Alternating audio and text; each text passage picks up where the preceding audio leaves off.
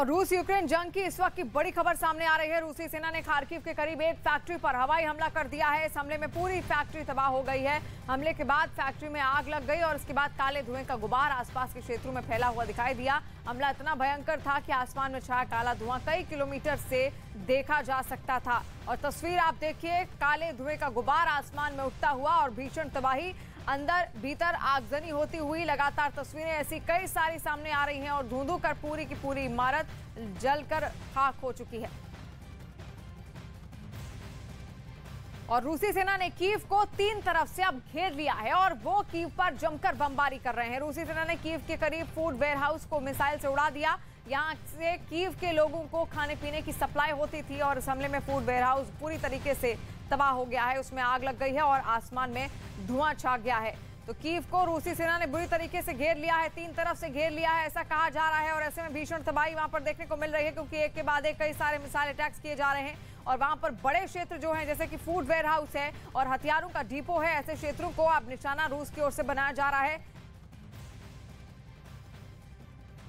Ukraine का दावा है कि उसकी जमीन पर कब्जा करने के लिए दाखिल हुए रूसी सैनिकों के कुछ ठिकानों और उनके कई हेलीकॉप्टरों को तबाह कर दिया गया। अपने दावों को सही बताने के लिए यूक्रेन की सेना ने कुछ तस्वीरें भी जारी की, जिनमें एक तस्वीर में दिखा कि यूक्रेन की फौज ने रूस के एक अटैक हेलीकॉप्टर को हवा में ढेर कर दिया, जिसके बाद वो थोड़ी देर के लिए आसमान में ही धधकता दिखा। यूक्रेन की फौज का यह हमला इतना सटीक था कि रूस का हेलीकॉप्टर पल भर में ही जमीन पर आ गिरा और गिरते ही वो आग के गोले में तब्दील हो गया। बताया गया कि हमले के इरादे से रूस का ये हेलीकॉप्टर वहां मंडरा रहा था, तभी उसे रॉकेट लॉन्चर से यूक्रेन के फौजियों ने निशाना बना लिया, जिससे रूस का ताकतवर हेलीकॉप्टर जमीन पर गिरते ही आग के गोले में तब्दील हो गया। लेकिन यूक्रेन के जवाबी हमले का सिलसिला यही नहीं थमा और उसने रूसी फौज के एक ठिकाने को तबाह करने का भी दावा किया, जिसका एक वीडियो भी सामने आया जिसमें देखा कि एक जगह बमबारी हुई, जिसके बाद वो इलाका चकाचौंध कर देने वाली रोशनी से जगमगाता दिखाई दिया और उससे निकलने वाला धुएं का गुब्बार ऊपर उठता नजर आया। बताया गया कि जहां हमला हुआ वो रूसी सैनिकों का पोस्ट था।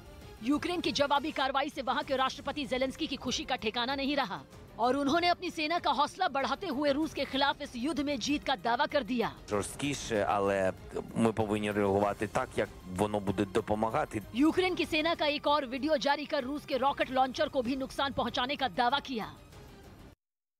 अभी तक अमेरिका की तरफ से लगाए गए प्रतिबंधों पर रूस का रवैया भी बेहद सख्त रहा है और उसने भी अमेरिका और नेटो को सबक सिखाने के लिए कई कदम उठाए। मगर अब ये जंग केमिकल और जैविक हथियारों की तरफ बढ़ती दिखाई दे रही है और इस बात की आशंका कुछ दिनों पहले भी जताई गई थी, जिसके बाद अब रूस ने आरोप लगाया कि यूक्रेन अमेरिका के साथ मिलकर जैविक और केमिकल हथियार बना रहा है, जिनका इस्तेमाल अगर इस जंग में हुआ तो तबाही का अंदाजा लगाना भी मुश्किल हो जाएगा। असल में जंग शुरू होने के कुछ दिनों बाद ही अमेरिका ने यह आशंका जताई थी कि रूस यूक्रेन पर जैविक और केमिकल हथियारों से हमले कर सकता है। लेकिन अब रूस का आरोप है कि यूक्रेन अमेरिका के साथ मिलकर जैविक और केमिकल हथियार बना रहा है, जिनका